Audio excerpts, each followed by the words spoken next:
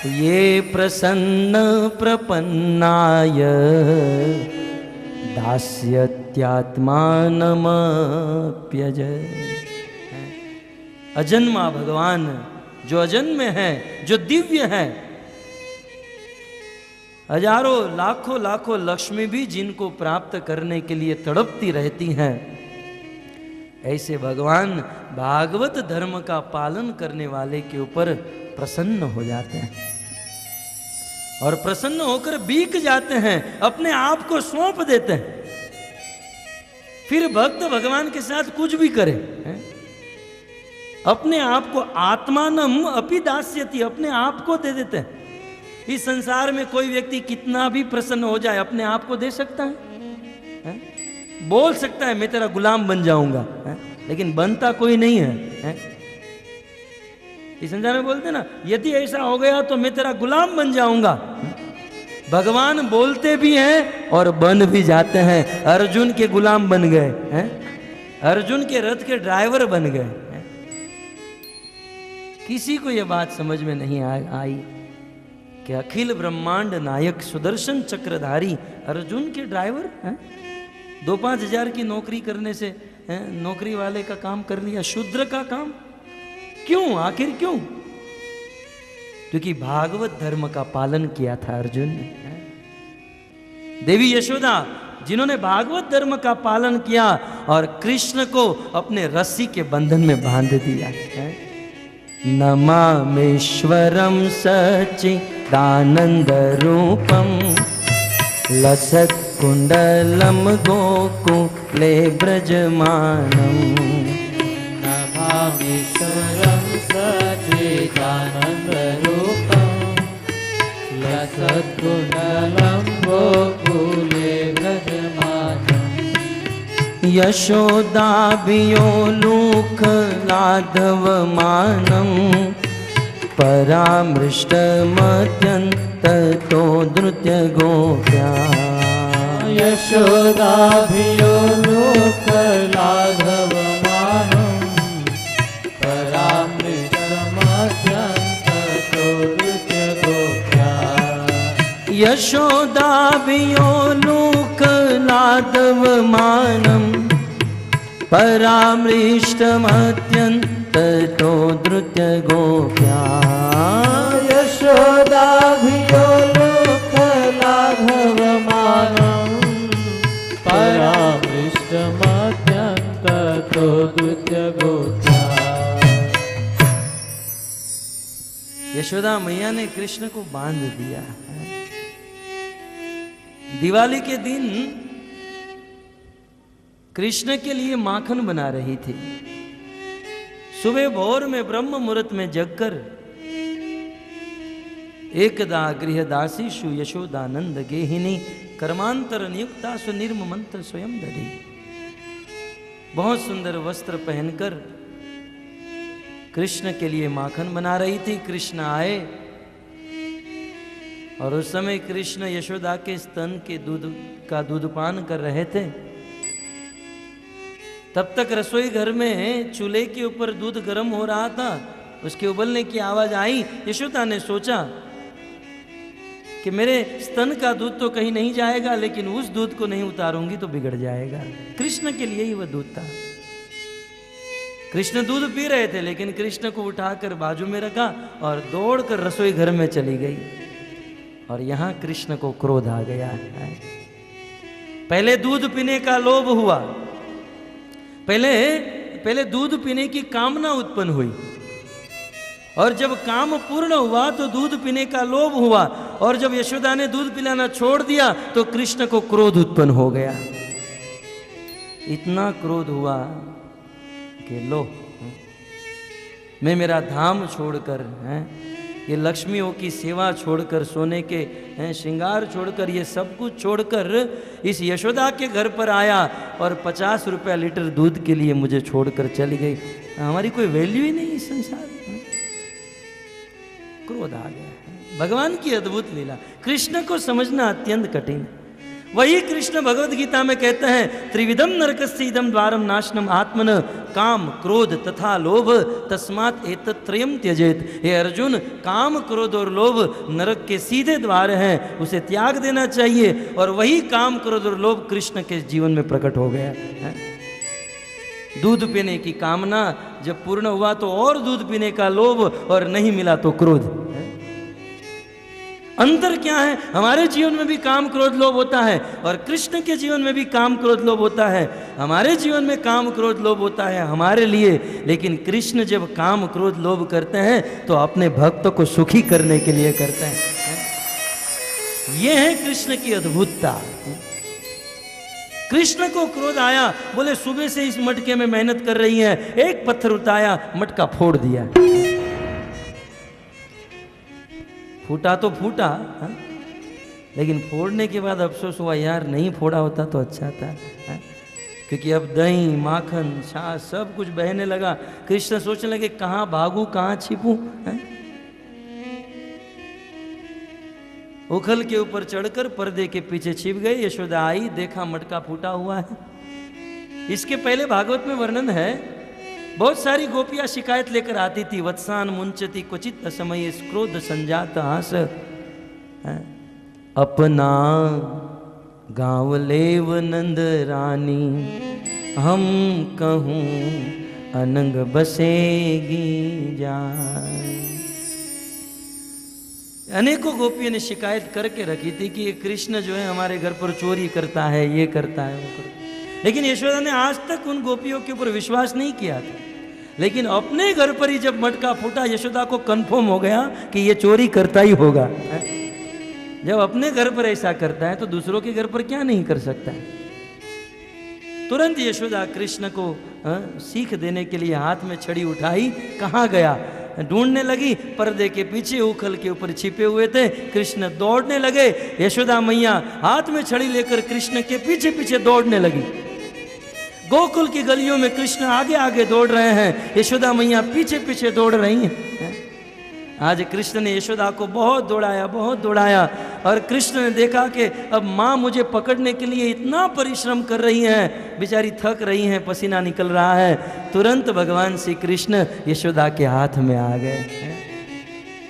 बोले तू चोरी करता है, मटका फोड़ता है। तुरंत यशोदा ने कृष्ण को बांध दिया और कहा कि तेरे साथ उखल भी चोरी करवाता है ना, तुम दोनों को बांध दूंगी। यशोदा ने कृष्ण को और उखल के साथ बांध दिया और जैसे ही बांधा तो कृष्ण की आंखों से आंसू निकलने लगे। कृष्ण रोने लगे, बोले मैया छोड़ दो, अब चोरी नहीं करूंगा। नहीं छोड़ूंगी। विचार कीजिए, जो भगवान है, भगवान श्री कृष्ण की एक छोटी सी शक्ति है माया, है? और वो माया इस संसार में करोड़ों करोड़ों जीवों को बांध कर रखती है। उस माया के स्वामी अखिल ब्रह्मांड नायक भगवान श्री कृष्ण को यशोदा मैया ने बांध दिया है। यह है भागवत धर्म, यह है भागवत धर्म का फल।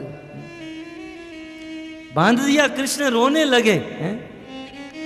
आंखों में काजल लगा हुआ था, वो काजल भी निकलने लगा है? और ससक ससक कर रोने लगे। वह दृश्य कैसा था?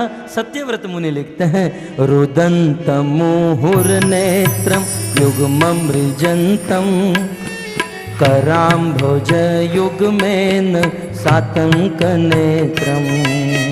रुदंत मुहुर नेत्र युग्ममृजंतम कराम्भोज युग्मेन सातंक नेत्रम।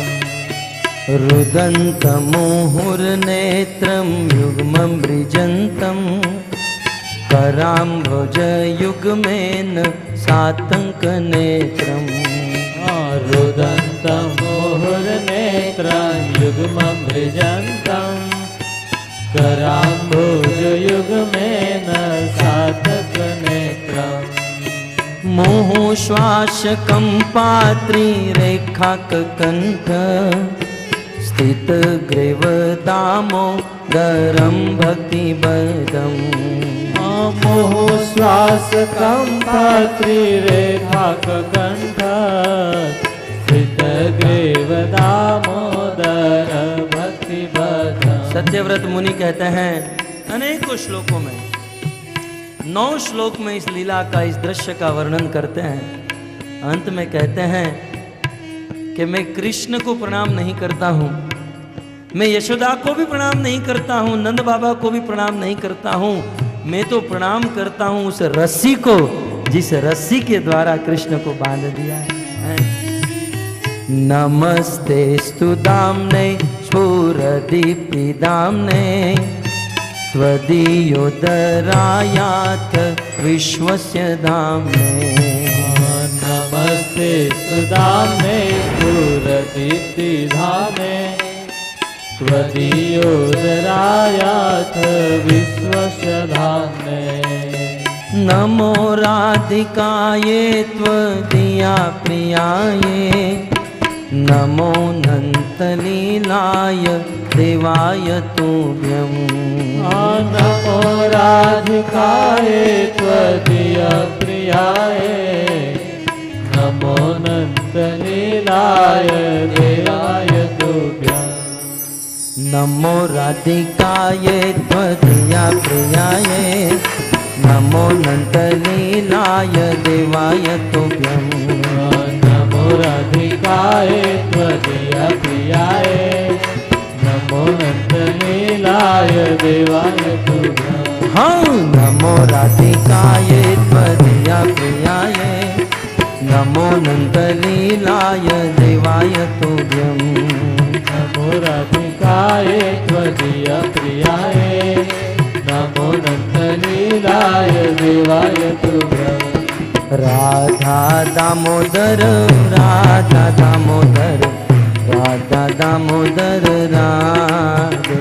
जय राधा दामोदर, श्री श्री राधा दामोदर, राधा दामोदर राधा दामोदर राधा दामोदर राधा दामोदर राधे। जय राधा दामोदर, राधा दामोदर, राधा दामोदर राधे। तो इस प्रकार श्रीमद् भागवत धर्म का पालन करने वाला भगवान को अपने वश में कर लेता है। जैसे अर्जुन ने कृष्ण को अपने रथ का सारथी बना लिया, यशोदा ने इसी धर्म का पालन करते हुए कृष्ण को रस्सी के बंधन में बांध दिया, और यहाँ तक इसी धर्म का पालन करते हुए बलि महाराज ने भगवान विष्णु को अपने राज्य का द्वारपाल बना दिया। जब भगवान श्री विष्णु ने वामन अवतार लिया, 2 कदम में पूरे ब्रह्मांड को नाप दिया, तीसरा कदम बलि महाराज के मस्तक पर रख दिया। और उस समय भगवान श्री वामन ने बलि महाराज से स्वर्ग लोक लेकर इंद्र को प्रदान किया, और बलि महाराज को कहा आप सूतल लोक में चले जाइए, और दूसरे मनवंतर में मैं आपको राजा बनाऊंगा, स्वर्ग का राजा बनाऊंगा, तब तक आप सूतल लोक में रहिए।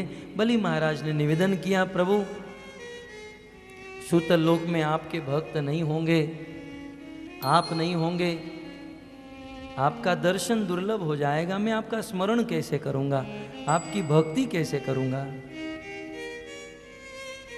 तब बलि महाराज पर प्रसन्न होकर भगवान ने कह दिया, बलि मैं तुम पर इतना प्रसन्न हूं, इतना प्रसन्न हूं, क्योंकि बलि महाराज ने अपना सब कुछ दे दिया था, अपना धन संपत्ति राज्य, यहां तक अंत में बलि महाराज ने अपना शरीर भी दे दिया। आत्मनिवेदन भक्ति के आचार्य, मैं तुम पर प्रसन्न हूं, और इसलिए मैं स्वयं तुम्हारे राज्य में द्वारपाल बनकर खड़ा रहूंगा।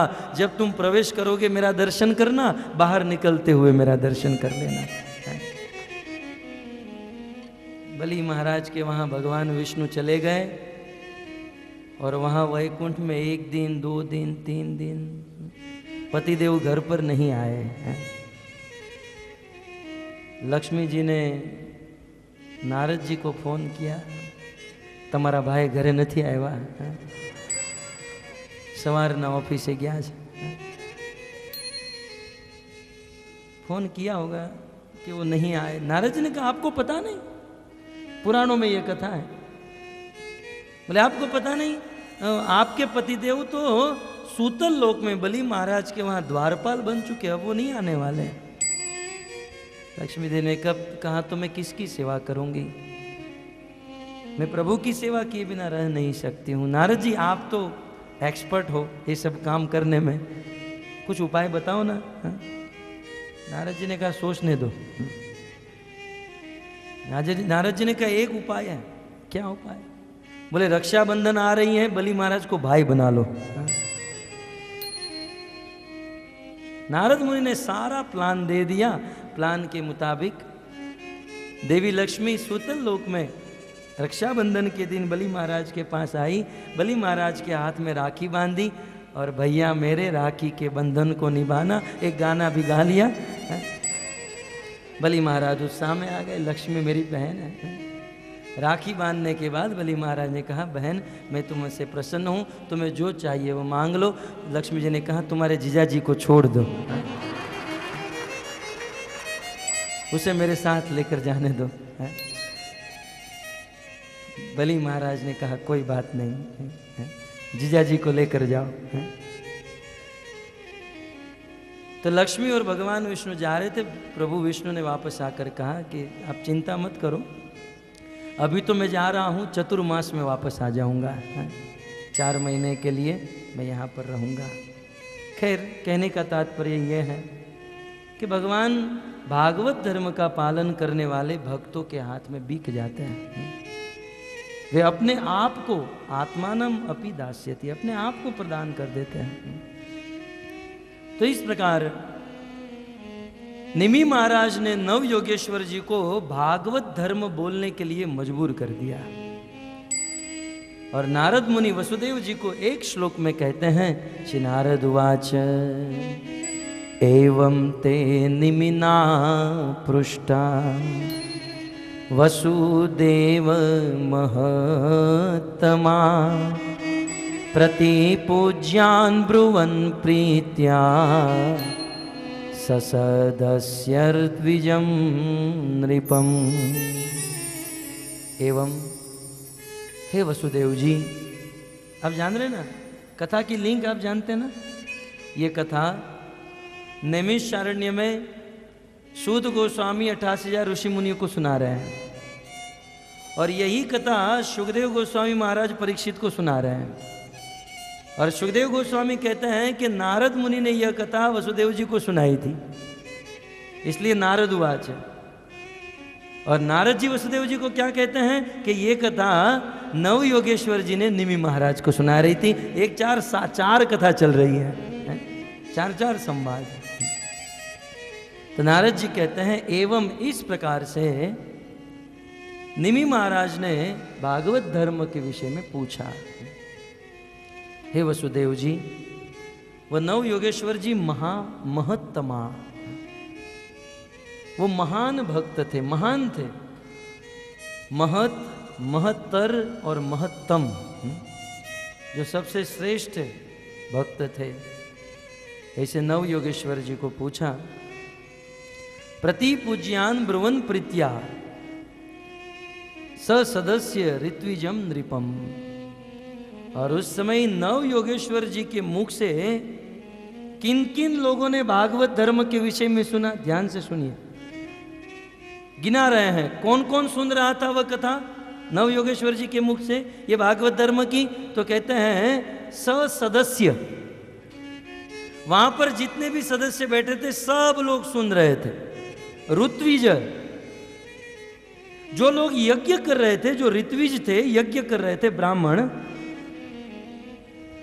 वो ऋत्विज भी अपने यज्ञ को छोड़कर इस भागवत धर्म के विषय में सुनने लगे।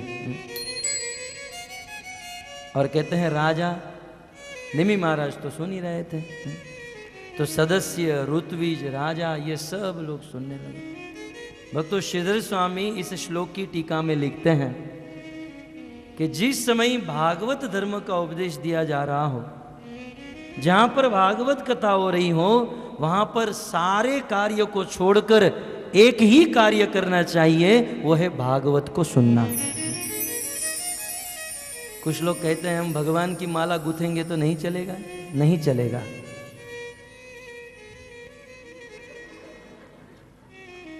श्रीपाद श्रीधर स्वामी कहते हैं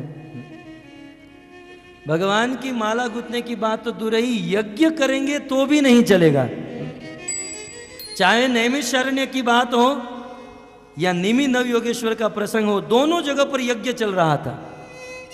और छोटा मोटा यज्ञ नहीं, सत्रम स्वर्गाय लोकाय, 1000 वर्ष तक यज्ञ का अनुष्ठान करके बैठे थे। बड़े बड़े ब्राह्मण ऋत्विज आदि वहां पर आए थे। लेकिन जब भागवत सुनने की बात आई तब सब लोगों ने यज्ञ बंद कर दिया, सारे काम बंद कर दिया। जब भागवत के विषय में सुनने का अवसर मिलता है तो सारे कार्य को छोड़कर एक ही कार्य करना धर्म है, वह है भागवत सुनना। कुछ लोग भागवत सुनते हुए अनेक अन्य काम करते रहते हैं। भक्तों, भागवत सुनते हुए अन्य काम करना ये मजबूरी है, ये कोई सिद्धांत नहीं है। कुछ लोग तो जैसे ही भागवत शुरू होता है माला गूंथना शुरू होती है, जैसे ही भागवत शुरू होता है तो कुछ भी काम शुरू होता है, जैसे ही भागवत शुरू होता है सब्जी कटिंग शुरू होता है। ये कोई सिद्धांत नहीं है। कहाँ लिखा है भागवत सुनते समय सब्जी काटना? किस ग्रंथ में लिखा है? भागवत सुनते हुए अन्य कार्य करना कहाँ लिखा है? ये एक मजबूरी है कि चलो भाई टाइम नहीं मिला और करना ही पड़ेगा, ये अलग बात है। लेकिन सिद्धांत तो यही है कि कितना भी बड़ा यज्ञ चल रहा हो वो यज्ञ भी बंद कर दिया जाए और भागवत सुनते समय मात्र भागवत सुना जाए। ये सिद्धांत है।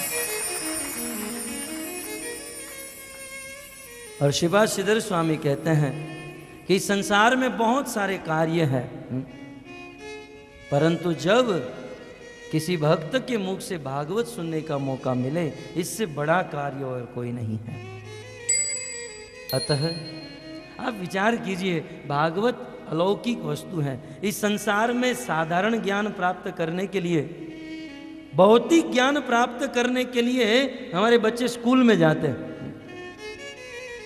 स्कूल में यदि टीचर बोलना शुरू करे और वहां पर बच्चा घर का कोई काम करना शुरू करे, चलेगा? जब भौतिक साधारण एक तुच्छ विद्या को प्राप्त करने के लिए इतना अटेंशन देने की आवश्यकता है, तो भागवत ग्रंथ सुनने के लिए क्या अटेंशन की जरूरत नहीं? भक्तों, क्योंकि यहां भागवत धर्म की कथा भक्तों के लिए हो रही है। और ये आचार्य की बात कर रहा हूं। परम पूज्य राधा गोविंद महाराज कह रहे थे कि जब श्रीधर स्वामी की बात मैंने एक बार प्रवचन में कहा तो मेरा प्रवचन सुनकर कुछ भक्त दुखी हो गए, नाराज हो गए। लेकिन क्या करता, आचार्यों ने लिखा है, भागवत में जो कहा गया है उस सिद्धांत को बताना अत्यंत आवश्यक है। फिर इसका पालन करें या ना करें हम पर डिपेंड है, लेकिन इसे समझना अत्यंत आवश्यक है। एक बार गुरु महाराज किसी के घर पर गए तो सब लोग ऐसे ही बैठे थे, और जब प्रसाद लेने का समय हुआ तो घर के जो यजमान थे, घर के मालिक थे, उन्होंने प्रभुपाद जी का प्रवचन शुरू किया। तो गुरु महाराज ने कहा कि अब तक तो कोई प्रवचन नहीं चल रहा था, जब प्रसाद लेना शुरू किया तभी प्रवचन आपने शुरू किया। बोले आप ही ने तो कथा में कहा था कि भगवान का नाम खाते हुए भी ले सकते हैं, भगवत कथा खाते हुए भी सुन सकते हैं, इसलिए खाते हुए मैंने शुरू कर दिया। ये सिद्धांत नहीं है, ये तो भगवान के नाम की और कथा की महिमा है कि खाईते सुईते यथा तथा नाम लई। इसका अर्थ है सोते हुए ही भगवान का नाम लेना। भगवान का नाम सोते हुए भी ले सकते हैं, ये भगवान की कृपा है। तो क्या इसका अर्थ ये तो नहीं कि सोते हुए ही भगवान का नाम ले? चलते हुए, बैठते हुए, खाते हुए भगवान का नाम ले सकते हैं, इसका अर्थ यह है कि खाते हुए ही भगवान का नाम ले। ये सिद्धांत नहीं है। सिद्धांत तो यही है कि जब एक कार्य करे एकांत एको विशिष्यते, एक एकाग्र बुद्धि रखे। और विशेष करके यहां पर यह प्रसंग आया, इसी श्लोक की टीका में श्रीपाद श्रीधर स्वामी ने लिखा है कि भागवत सुनते समय अन्य किसी भी कार्य को नहीं करना चाहिए। हाँ, डिटीज सेवा कर सकते हैं, भगवान के लिए कुछ प्रसाद बनाना हो, ये किया जा सकता है। तो प्रति पूज्यान ब्रह्म प्रीत्या स सदस्य ऋत्विजम नृपम, सब लोग अपने अपने कार्य को छोड़कर भागवत धर्म को सुनने के लिए तैयार हो गए। अब देखिए, निमि महाराज ने प्रश्न पूछा, भागवत धर्म के विषय में बताइए। 9 व्यासपीठ और 9 वक्ता थे, और 9 में से इतना अंडरस्टैंडिंग था 9 भाइयों के बीच में कि जो सबसे बड़े थे, जिसका नाम कवि ऋषि था, वे कवि ऋषि बोलने लगे। वहाँ पर ऐसा नहीं एक साथ सब लोग बोलने लगे जैसे संसद में बोलते हैं और झगड़ा करते हैं। बिल्कुल अंडरस्टैंडिंग था। ये 9 वक्ताओं के बीच में आज तो 2 वक्ता का मत भी समान नहीं होता है। एक वक्ता कुछ और बोल कर जाता है, दूसरा वक्ता कुछ और बोल कर जाता है। आज के समय में एक मंच के ऊपर सबको लाना बहुत मुश्किल है, परंतु ये 9 योगेश्वर इतने ये थे कि 9 का कथा भले अलग अलग ढंग से अलग अलग रूप से कही जा सकती हैं, लेकिन सिद्धांत एक होना चाहिए। ये 9 भाइयों का, 9 योगेश्वर जी का सिद्धांत एक ही था। तो सर्वप्रथम जब पूछा गया तो कवि ऋषि, बाकी अन्य 8 ने इशारा किया, आप ही दीजिए जवाब, क्योंकि आप बड़े हैं इसलिए आप पहले दीजिए। तो कवि मुनि समझ गए, प्रश्न का उत्तर देना प्रारंभ। श्री कवि उवाच मन्ये कुतश्चित् भयमच्युतस्य पादाम्बुजोपासनमत्र नित्यम् उद्विग्नबुद्धे रसदात्मभावात् विश्वात्मनायत्र निवर्तते भी।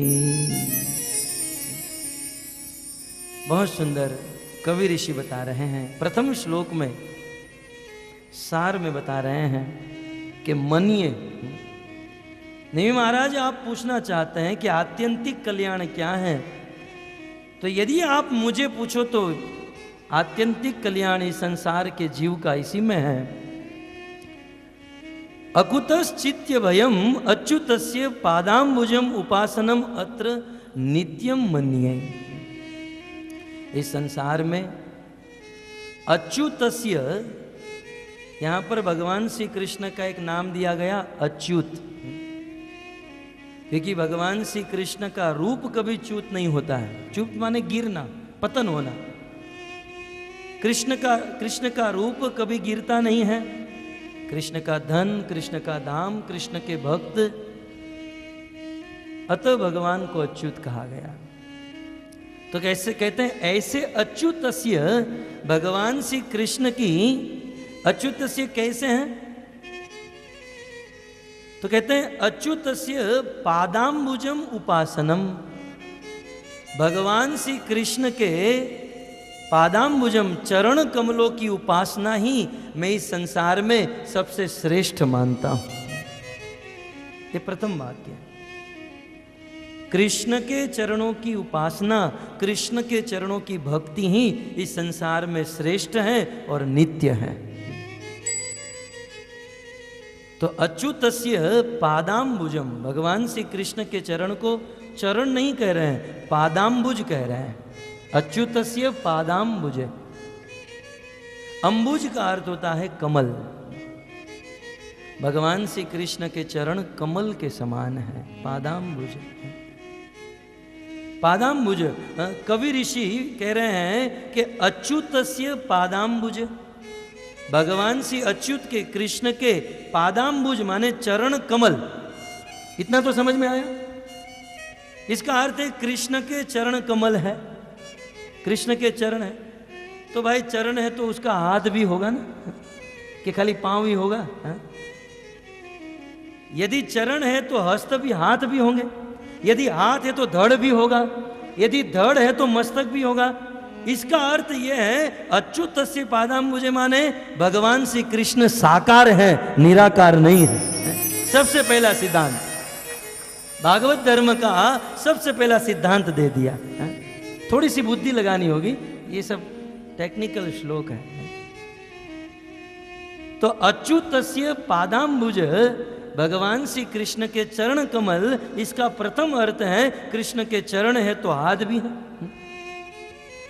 इस संसार में कुछ ऐसे धर्म हैं, मत हैं, जहां भगवान को निराकार मानते हैं।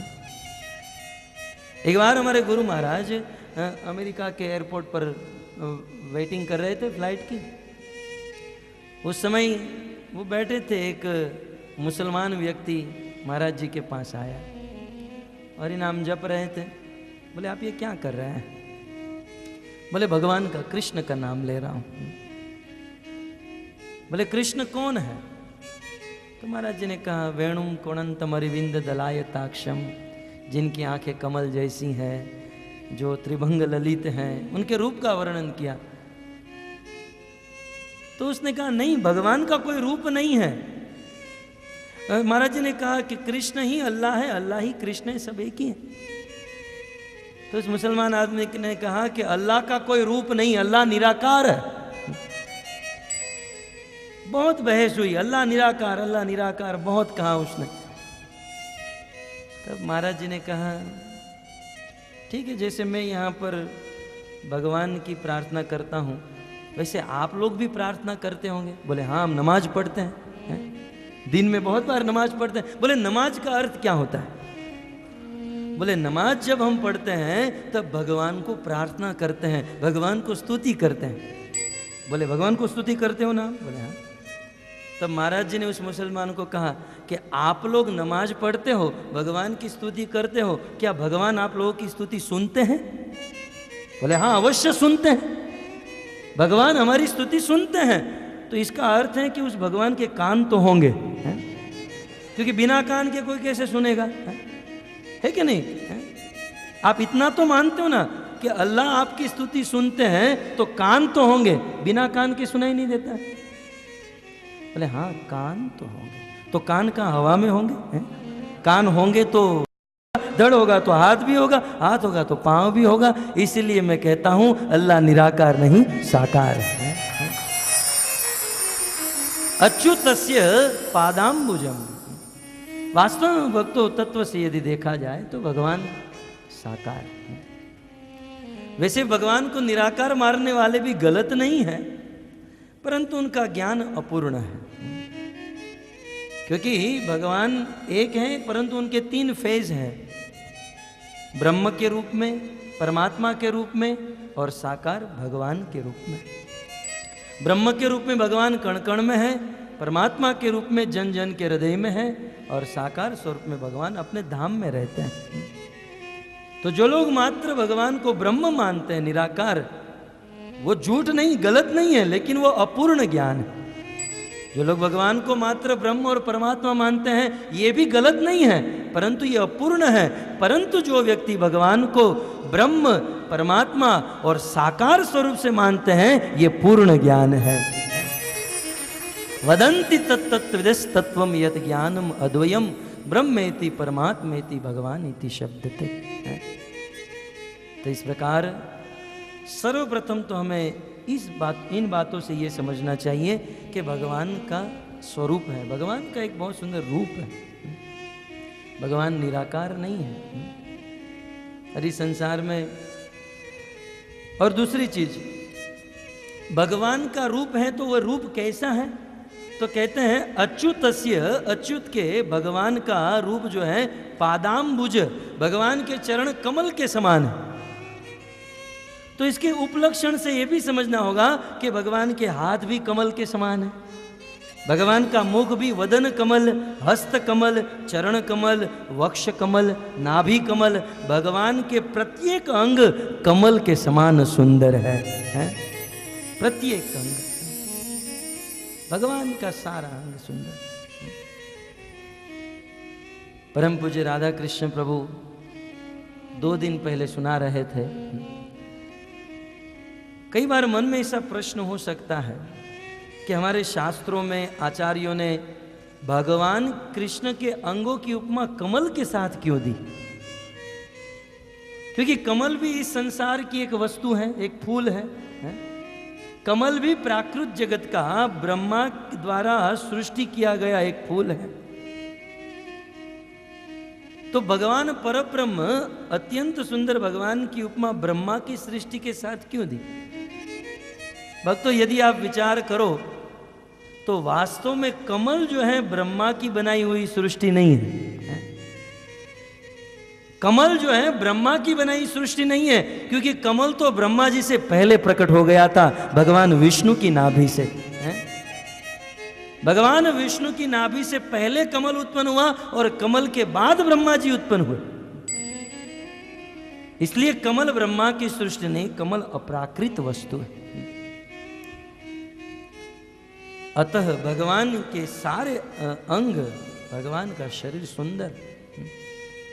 और वास्तव में इस संसार में आचार्यों ने भगवान के अंगों की उपमा कमल के साथ दी, तो ये भी उनकी मजबूरी थी, क्योंकि संसार के लोगों को ये बताने के लिए कि कृष्ण इतने सुंदर है, कोई तो उपमा देनी चाहिए। तो इस संसार में कमल से ज्यादा सुंदर और कोई मिला ही नहीं, इसलिए आचार्यों ने, संतों ने भगवान के अंगों की उपमा कमल के साथ दी। अब तो माधुर्य कादिम्बनी नामक ग्रंथ में, उस ग्रंथ के अंत में विश्वनाथ चक्रवर्ती ठाकुर रोते हुए भगवान से प्रार्थना करते हैं, प्रभु आप मुझे क्षमा कीजिएगा, क्योंकि मैंने इस ग्रंथ में बहुत बड़ा अपराध कर दिया है। आपके अंगों की उपमा मैंने कमल के साथ कर दी। प्रभु, कहाँ आपका दिव्य अंग और कहाँ यह तुच्छ कमल है? मुझे क्षमा करना। तो अच्युतस्य पादाम्बुज, अच्युत के चरण कमल। और भक्तों, वैसे देखा जाए तो भगवान के पूरे शरीर में सभी अंगों में श्रेष्ठ अंग उनके चरण माने गए हैं। भक्तों के लिए, उपासना करने के लिए, भजन के लिए भगवान के चरण ही श्रेष्ठ है। तो इस प्रकार अच्युतस्य पादाम्बुज, अच्युत के चरण कमल श्रेष्ठ माने गए। तो ऐसे अच्युतस्य पादाम्बुज उपासनम अत्र नित्यम। कवि ऋषि कहते हैं, ऐसे भगवान विष्णु के चरण कमलों की उपासना, ऐसे भगवान विष्णु के चरण कमलों की भक्ति को ही मैं सर्वश्रेष्ठ मानता हूं। कृष्ण के चरण कमलों की भक्ति ही है मैं इस संसार में सभी जीवों का आत्यंतिक क्षेम मानता हूं। कृष्ण के चरण कमलों की भक्ति। अच्छा, कृष्ण के चरण कमल कैसे हैं? तो कहते हैं, मन्ये अकुश्चित भयम। भगवान श्री कृष्ण के चरण कमल समस्त प्रकार के भय से मुक्त करने वाले हैं। भक्तों, इस संसार में अनेकों प्रकार का भय है, सबको कुछ ना कुछ भय लगा है, और कोई भय हो या न हो, मृत्यु का भय सबको है। लेकिन मृत्यु जैसे भय से भी यदि मुक्त होना है तो भगवान श्री कृष्ण के चरणों की उपासना करनी चाहिए, कृष्ण के चरणों की भक्ति करनी चाहिए।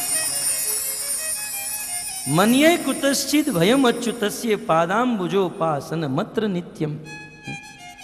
कृष्ण के चरण कमल की उपासना, कृष्ण के चरण कमल की भक्ति को ही मैं नित्य मानता हूँ, शाश्वत मानता हूँ, माने सनातन धर्म मानता हूँ। कृष्ण की भक्ति ही सनातन धर्म है, कृष्ण की भक्ति ही भागवत धर्म है, यदि एक वाक्य में पूछा जाए। बस इसी वाक्य को इस पूरी कथा में विस्तार करके बताएंगे। अच्छा, कृष्ण के चरण कमलों की उपासना करके क्या होगा, क्या मिलेगा? तो कहते हैं, उद्विग्न बुद्धे रसदात्म भावात। इस संसार में, संसार की असत वस्तु में आत्मभाव करने के कारण सब लोगों की बुद्धि वस्तु में, असत व्यक्ति में, संसार की असत व्यक्ति और संसार की असत वस्तु में आत्मभाव करने के कारण सबकी बुद्धि उद्विग्न हो चुकी है। भक्तों, असत वस्तु में आत्मभाव अर्थात संसार की असत वस्तु को अपना मानना, मेरा मानना, अर्थात इस शरीर को आत्मभाव, शरीर में आत्मभाव माने शरीर को मैं समझना। वास्तव में हम सब आत्मा है, परंतु ये ज्ञान को भूलकर शरीर को मैं मानना, शरीर में आत्मभाव होना, यही सबसे बड़ी दुर्गति है। यहीं से अज्ञान प्रारंभ होता है, यही समझिए। जब इस शरीर में आत्मभाव होता है, यह शरीर मेरा है, मैं ये शरीर हूं, जब ऐसा भाव होता है तो शरीर से जुड़ी हुई जो वस्तु होती हैं उस वस्तु को मेरी समझने लगता है। मैं ये शरीर से जो जुड़ा है वो मेरा है और उनका पालन करना, उनकी रक्षा करना ये मेरा कर्तव्य, मेरा धर्म। और उसी की फजीयत में फंसकर संसार के लोगों की बुद्धि बिगड़ जाती है, उद्विग्न बुद्धि।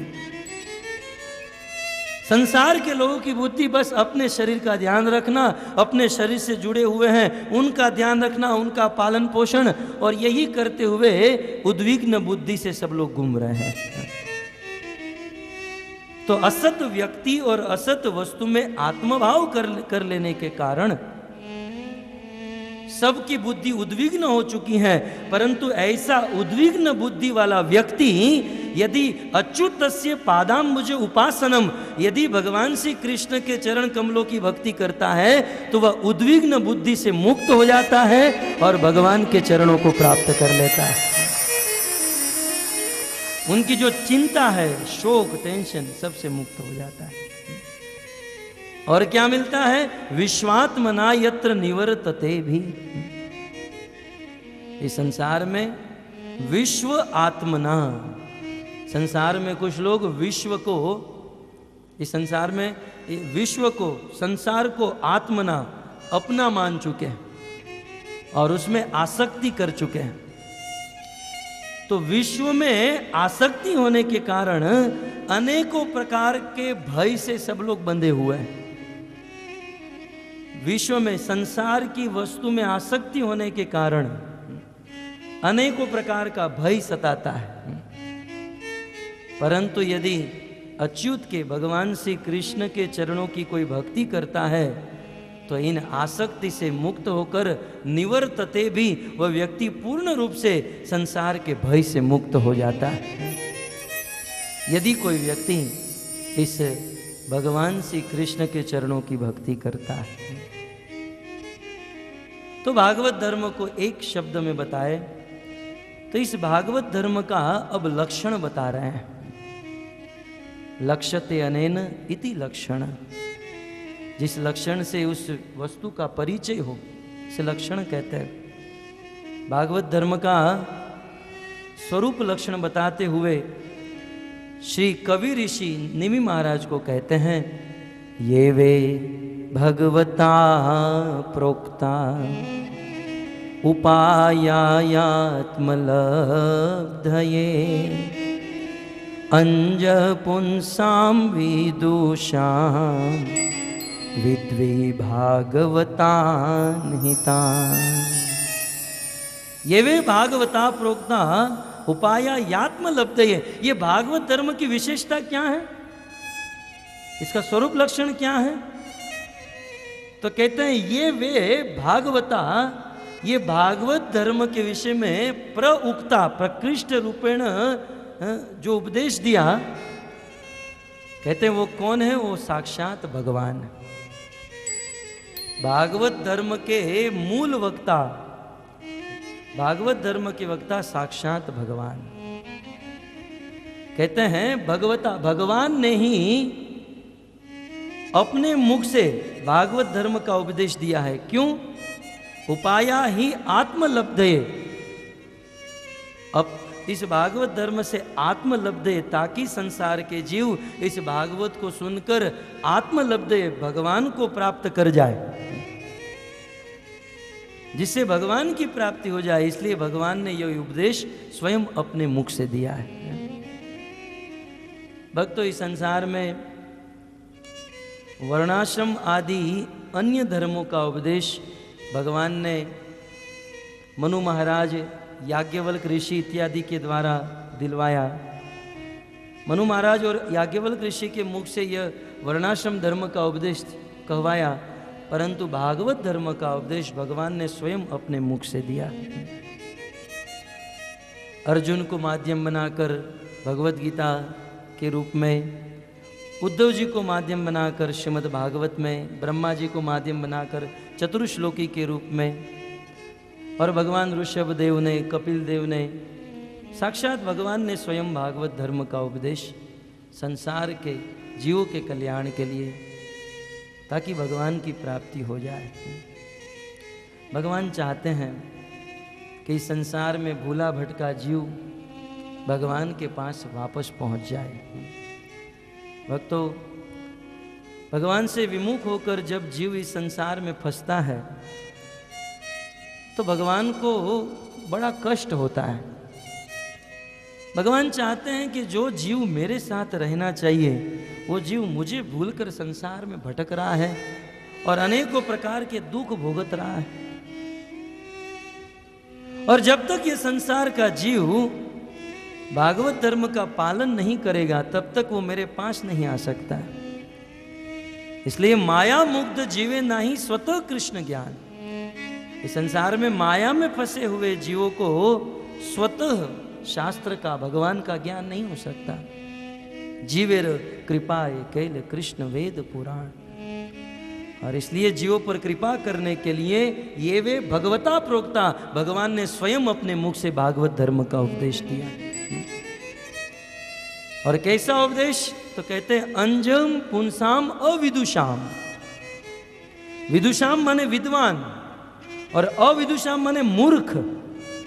भगवान ने भागवत धर्म का उपदेश इतने सरलता से, इतने सिंपल रूप में और इतना प्रैक्टिकल रूप में दिया। कहते हैं कि एक मूर्ख व्यक्ति भी इस उपदेश को समझ सकता है और अपने जीवन में उतार सकता है। अंज, अंज का अर्थ होता है बिल्कुल सरलता से। गीता में भी कृष्ण कहते हैं प्रत्यक्षा भगम धर्मम सुसुखम कर्तुम अव्ययम। अंज माने ऐसा उपदेश जो सरलता से, सुगमता से, सुलभता से और सुखमय रूप से प्राप्त किया जाए। तो भगवान ने स्वयं उपदेश दिया और इस प्रकार से, ताकि मूर्ख से मूर्ख, बालक से बालक भी व्यक्ति इसे समझ सके। और ऐसा उपदेश जिसको पालन करने में कोई कष्ट नहीं है। इस संसार में कुछ ऐसे साधन हैं जिसको पालन करने में साधन काल में कष्ट है, और कुछ ऐसे हैं जो सिद्ध काल में भी कष्ट हैं। गीता में कृष्ण कहते हैं क्लेश अधिक तरह चेताम अव्यक्त आस्तक चेतसाम। अव्यक्ता ही गतिर दुखम। जो अव्यक्त में आसक्त है वो दुखी होकर रहते हैं। परंतु ये भागवत धर्म जो है सुसुखम कर्तुम अव्ययम। भागवत धर्म सरल है, आसानी से प्राप्त हो सकता है, आसानी से समझा जा सकता है और इसको पालन करने में एकदम सुख मिलता है। क्योंकि ये भागवत धर्म प्रत्यक्षावगम धर्म है, बिल्कुल प्रैक्टिकल है। सब लोग इसको अपने जीवन में उतार सकते हैं। तो इस प्रकार से कहते हैं कि जिसको भगवान ने अपने मुख से बताया, जो बिल्कुल सरल है और जिसको एक मूर्ख व्यक्ति भी धारण कर सकता है, हे निमि महाराज आप उसे ही भागवत धर्म समझो। विद्वी भागवतान ही तान, वही भागवत धर्म है। भागवत धर्म की सबसे बड़ी विशेषता क्या है?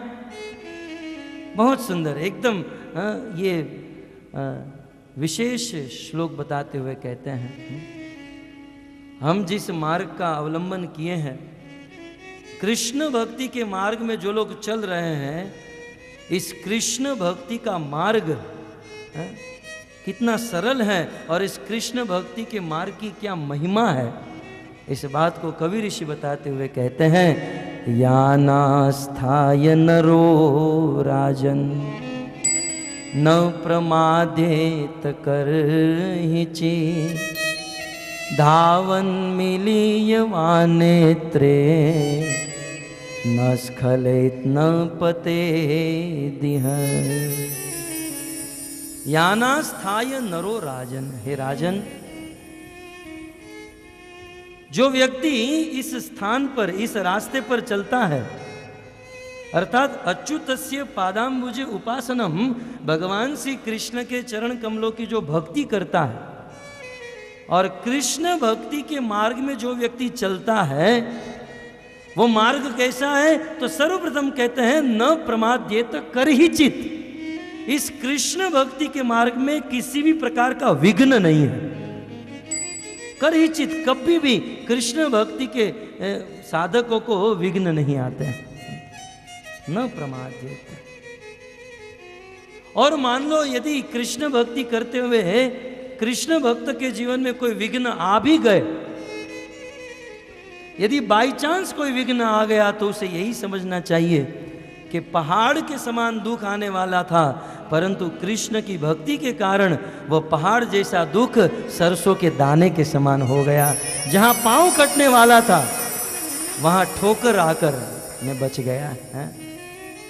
यह है कृष्ण भक्ति का मार्ग। और यदि फिर भी कृष्ण भक्ति के साधनों में विघ्न, साधकों के जीवन में विघ्न आए, कभी कभी ऐसा लगता है कि कृष्ण भक्त दुखी है, बाहर से ऐसा लगता है कि कृष्ण भक्त के जीवन में दुख दिखाई दे रहा है, परंतु वास्तव में वो बाहर से लगता है। तत्व से देखा जाए तो कृष्ण भक्त बाहर से दुखी हो सकता है, परंतु उसे दुख का एहसास नहीं होता है।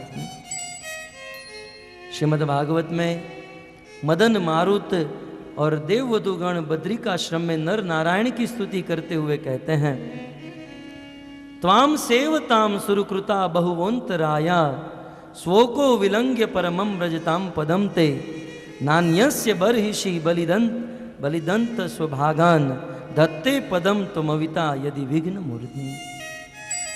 इस संसार में मान लो कभी कृष्ण भक्त के जीवन में विघ्न आ भी जाए, ऐसा होता है कि कभी कभी कृष्ण भक्तों के जीवन में विघ्न आते हैं। वो विघ्न कौन देते हैं?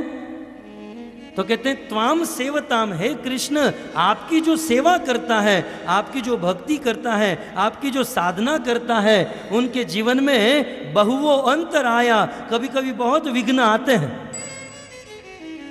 कृष्ण भक्ति की सेवा करने वालों के जीवन में कभी कभी बाहर से बहुत विघ्न आते हैं। और विघ्न कौन देते हैं? तो कहते हैं सूर्यकृताम, बड़े बड़े देवता ये विघ्न देते हैं।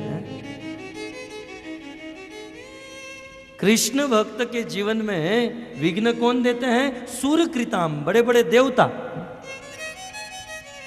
भक्तों की एक बात सोच लेनी चाहिए कि कृष्ण भक्तों को जब बड़े बड़े देवता विघ्न देते हैं तो साधारण मनुष्य विघ्न दे, ये कोई बड़ी बात नहीं है, इसमें दुखी नहीं होना चाहिए है? उसके पीछे बड़े बड़े देवता पड़े रहते हैं।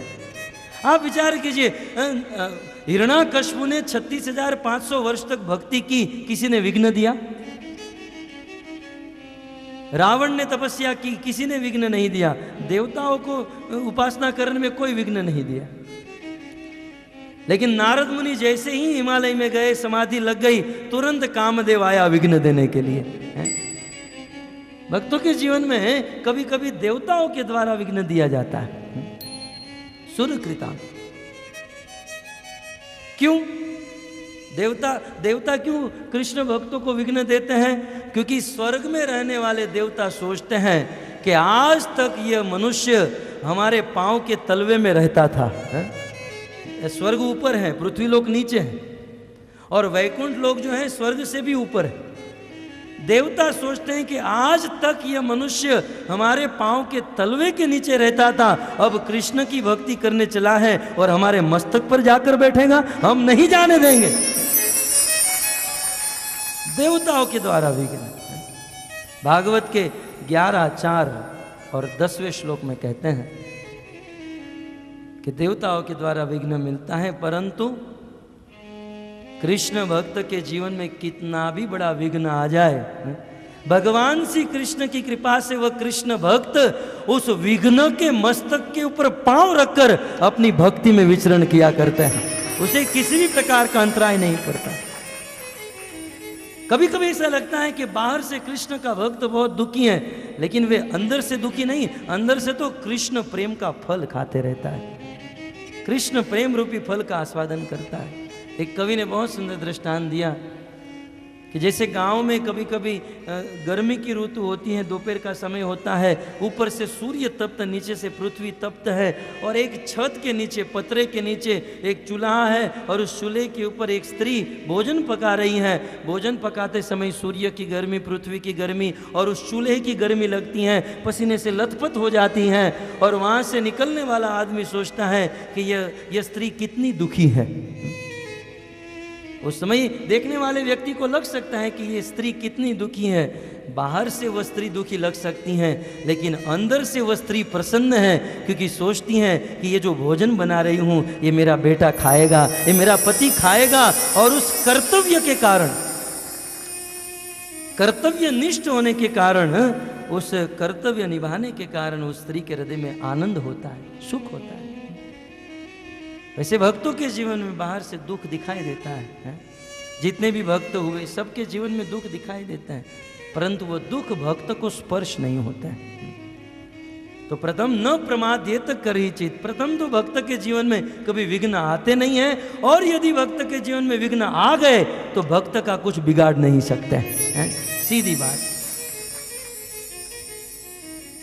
परंतु कृष्ण भक्ति को छोड़कर अन्य मार्ग में अनेकों प्रकार के विघ्न आते हैं। और दूसरी विशेषता बताते हुए कहते हैं, धावन मिलिनवा नेत्रे। ये कृष्ण भक्ति का मार्ग ऐसा है कि यदि कोई आंख बंद करके भी दौड़े फिर भी वो अपने लक्ष्य को पा जाएगा। कृष्ण भक्ति का मार्ग ऐसा है कि आंख बंद करके भी दौड़े फिर भी लक्ष्य को प्राप्त कर जाएगा। इसका अर्थ क्या है? थोड़ी बुद्धि से सोचना चाहिए। मैं कल सुबह आंख बंद करके दौड़ूंगा, राधा गिरधारी मंदिर में पहुंच जाऊंगा, अरे एक्सीडेंट हो जाएगा। दावन मिलिनवा नेत्र, इसका अर्थ यह है कृष्ण भक्ति के मार्ग में आंख बंद करके दौड़ने का अर्थ है। प्रथम अर्थ तो यह है, सिंपल अर्थ यदि हम जाने कि इस मार्ग पर आंख बंद करके भी चलो फिर भी आप लक्ष्य पर पहुंच जाओगे। इसका अर्थ है कि इस मार्ग में ज़्यादा ज्ञान और विशेष कोई वस्तु जानने की आवश्यकता नहीं रहती। भागवत धर्म को जान लेने के बाद, भागवत धर्म कर लेने के बाद और फिर तुच्छ कोरे ज्ञान की आवश्यकता नहीं रहती है। जैसे आप रास्ते पे जा रहे हो, कोई एड्रेस ढूंढ रहे हो, मान लो यहाँ मेगा पार्टी हॉल में आना है, कोई स्टेशन से निकला है, सिग्नल के पास पहुँचा, किसी को बताया कि ये मेगा पार्टी हॉल कहाँ पर है, तो कोई आदमी कहेगा सीधे चले जाओ, मेगा पार्टी हॉल आ जाएगा। आंख बंद करके चले जाओ, मेगा पार्टी हॉल आ जाएगा। तो वहां पर आंख बंद करके चले जाओ, इसका अर्थ क्या है? अब तुमको ये एड्रेस किसी को पूछने की जरूरत नहीं है। आंख बंद करने का अर्थ ये नहीं कि आंख बंद करो और फिर चलो। इसका अर्थ ये है कि अब ये एड्रेस किसी को पूछने की जरूरत नहीं है, अब सिंपल है, सीधा आ जाएगा। तो दावन मिलिनवा नेत्रे, आंख बंद करके कृष्ण भक्ति के मार्ग में चलने का अर्थ क्या है कि अब और ज्यादा कुछ जानने की जरूरत नहीं है। भागवत धर्म जानने के बाद ज्यादा कुछ जानने की जरूरत नहीं। गीता में कृष्ण कहते हैं, ज्ञानम त्यम स विज्ञानम वक्ष्यामि अशेषत यत ज्ञात्वा नेह भूयन्तो। ये अर्जुन, ये ऐसा ज्ञान है जिसको जान लेने के बाद और कुछ जानने की आवश्यकता ही नहीं रहती। और इसका दूसरा अर्थ है, श्रीपाद श्रीधर स्वामी कहते हैं, श्रुति स्मृति उभे नेत्रे विप्रणाम परिकीर्तिते। श्रुति और स्मृति ब्राह्मणों की दो आंख मानी गई है। आंख बंद करके दौड़ने का अर्थ क्या है? तो श्रुति का अर्थ होता है सत्य सनातन सिद्धांत, और स्मृति का अर्थ है देश काल और पात्र को देखकर हमारे ऋषि मुनियों ने जो सिद्धांत सेट किए हैं उसे स्मृति कहा जाता है। तो भागवत धर्म का पालन करने वाले को श्रुति का ज्ञान हो या न हो, स्मृति का ज्ञान हो या न हो, वेदों का ज्ञान हो या न हो, यदि महामंत्र याद है भगवान को प्राप्त कर जाएगा। हरे कृष्णा कृष्णा कृष्णा हरे हरे, हरे राम राम राम हरे। ये श्लोक बहुत दिव्य है, इसकी व्याख्या बहुत विस्तृत है, इसलिए मैं कल ही इसकी व्याख्या विस्तार से करूंगा। परंतु हमारे बीच में हिज ग्रेस कुंडल कृष्ण प्रभु आए हैं, मैं निवेदन करता हूं मंच पर आए और यहाँ के श्रोता हरे कृष्णा। तो आप सभी कथा प्रेमी वैष्णव एवं भक्तिमती माताओं को मैं धन्यवाद देता हूँ कि आप लोग कथा तीर्थ में स्नान कर रहे हो। दो तीर्थ है, एक कथा तीर्थ और एक काक तीर्थ, कौवों का तीर्थ। ऐसे भी श्राद्ध चल रहा है ना, कौवों का फेस्टिवल है वो। अच्छा है, लेकिन प्रभु जी आप सभी वैष्णवों पर अनुग्रह कर रहे हैं कि श्रीमद् भागवत का दिव्य संदेश भाव से सुना रहे हैं, और जो हमें भगवान की कथा देता है उससे बड़ा हितकारी हमारे लिए कोई नहीं है। सबसे हमारा भला करने वाला वही है। तो मैं कुछ ज़्यादा न कहते हुए, जैसे अभी आप लोग सुन रहे थे कि सारे भागवत धर्म का सार ही है भगवान की शरण लेना। जैसे कवि जी कह रहे थे, पादाम्बुजा उपासना नित्यम अच्युतस्य। तो भगवान श्री अच्युत कृष्ण के चरण कमलों की भक्ति करना, और भक्ति मतलब अभी अंतिम उन्होंने कहा हरे कृष्णा कृष्णा कृष्णा हरे हरे, हरे राम राम।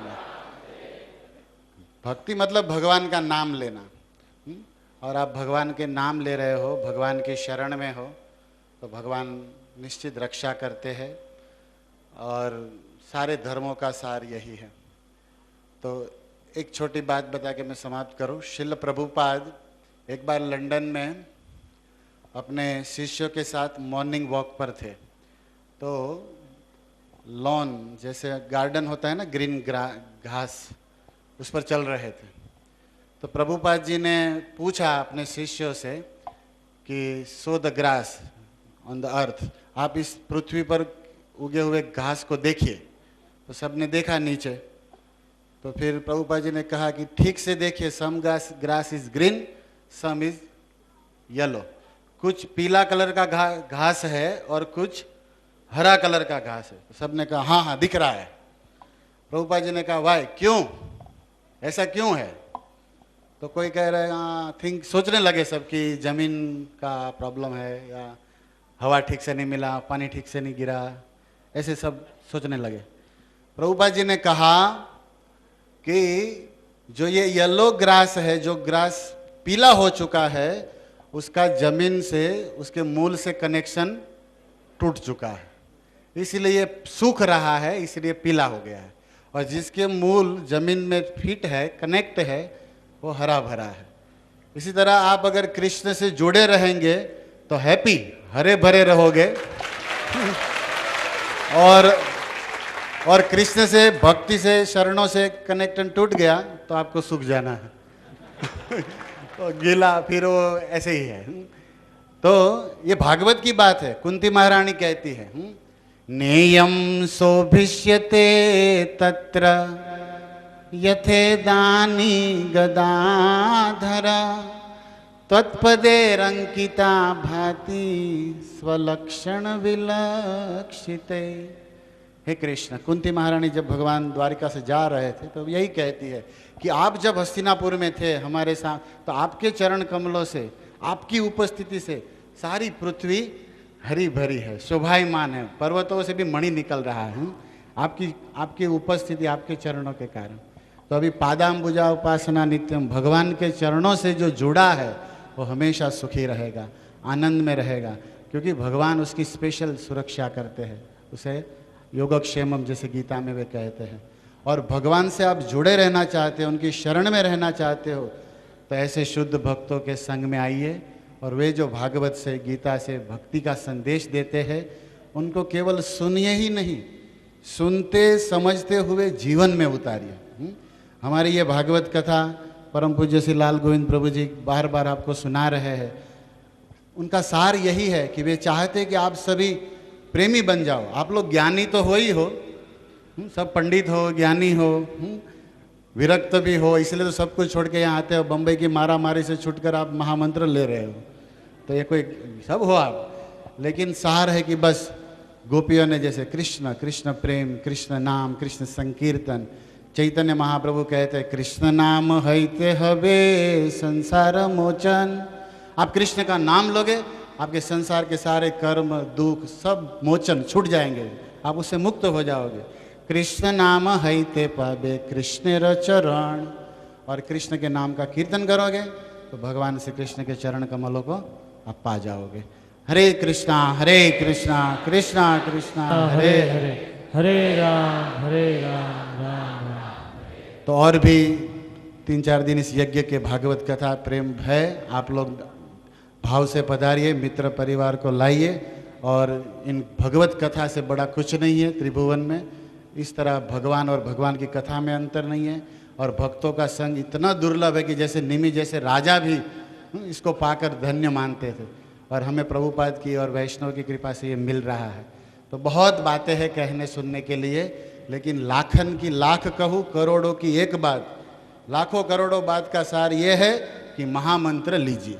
और एक बार हरे कृष्णा कृष्णा कृष्णा हरे हरे, हरे राम राम राम। तो आप सभी इस कथा के आयोजकों, जिसने तन मन धन से इसमें सहयोग दिया है, मैं प्रार्थना करता हूँ श्री राधा गिरिधारी से, श्रील प्रभुपाद से, कि इस कथा यज्ञ में जो तन से मन से धन से भाव से जुड़े हैं उन सबको भक्ति दे, शक्ति दे। और हम सभी प्रार्थना करते हैं कि हमारे लाल गोविंद प्रभु जी को भगवान शक्ति दे, ताकि इसी तरह हमें भक्ति गंगा में वो डुबाते रहे कथा अमृत में, तो उनको सुखी रखे, भक्ति दे, इस शुभकामना के साथ धन्यवाद। और मेरा भी सौभाग्य है कि आप सबका दर्शन हुआ, कुछ कथा अमृत भी सुना। बस वैष्णव का संग मिले, यही हमारे नरोत्तम दास ने मांगा है। तांदेर चरण से ही भक्त सन्निवास, जन्म जन्म है यही अभिलाष। तो आप बोरीवली भक्तों पर बड़ी कृपा है कि लाल गोविंद प्रभु जी आपको इस तरह अपना कीमती समय निकाल कर कथा देते हैं। तो पूरा लाभ उठाइए और भक्ति करते रहिए और मुझे आशीर्वाद दीजिए। Thank you very much. Hare Krishna. Srila Prabhupada की जय। हिज ग्रेस कुंडल कृष्ण प्रभु का। प्रभु जी ने कहा कि प्रभु जी को हमारा संग प्राप्त हो रहा है, लेकिन वास्तविकता ये है कि प्रभु जी अपना बहुमूल्य संग देने के लिए हमें यहाँ आए हैं। तो इनका फिर से एक बार हम महामंत्र से स्वागत करेंगे। हरे कृष्णा कृष्णा कृष्णा हरे हरे, हरे राम राम राम हरे हरे। सभी भक्तों से विनंती है 2 मिनट अपने स्थानों पे बने रहें। हरे कृष्णा। आज कथा के आयोजन में अनेकों भक्तों ने अपना सुंदर सहयोग हमें प्रदान किया है, और यहाँ यह जो कथा चल रही है इसमें मूल सहयोग जो है वो पूरे पुरोहित समाज का है। और आज हमारा परम सौभाग्य है कि इस पुरोहित समाज के अग्रगण्य ऐसे अजय राज पुरोहित प्रभु हमारे बीच यहाँ हैं। तो मैं विनंती करता हूँ अजय राज जी से कि मंच पे आएं और प्रभु जी के हस्त कमलों से भगवान की छवि और पुष्पहार स्वीकार करें। आइए महामंत्र से अजय राज जी का स्वागत करें। हरे कृष्णा कृष्णा कृष्णा हरे हरे, हरे राम राम राम हरे हरे।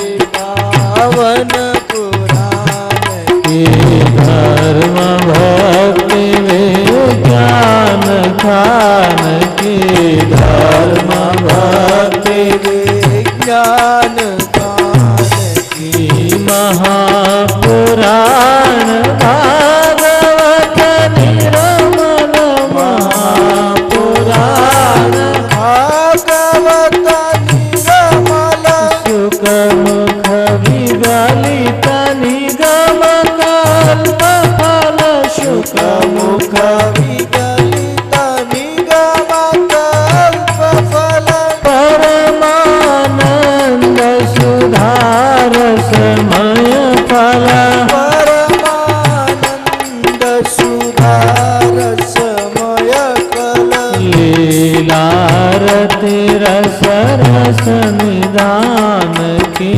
लीलारति रस रस निधान की आरती अति पावन पुराण की आरती अति पावन पुराण की कलिमल मथनि प्रताप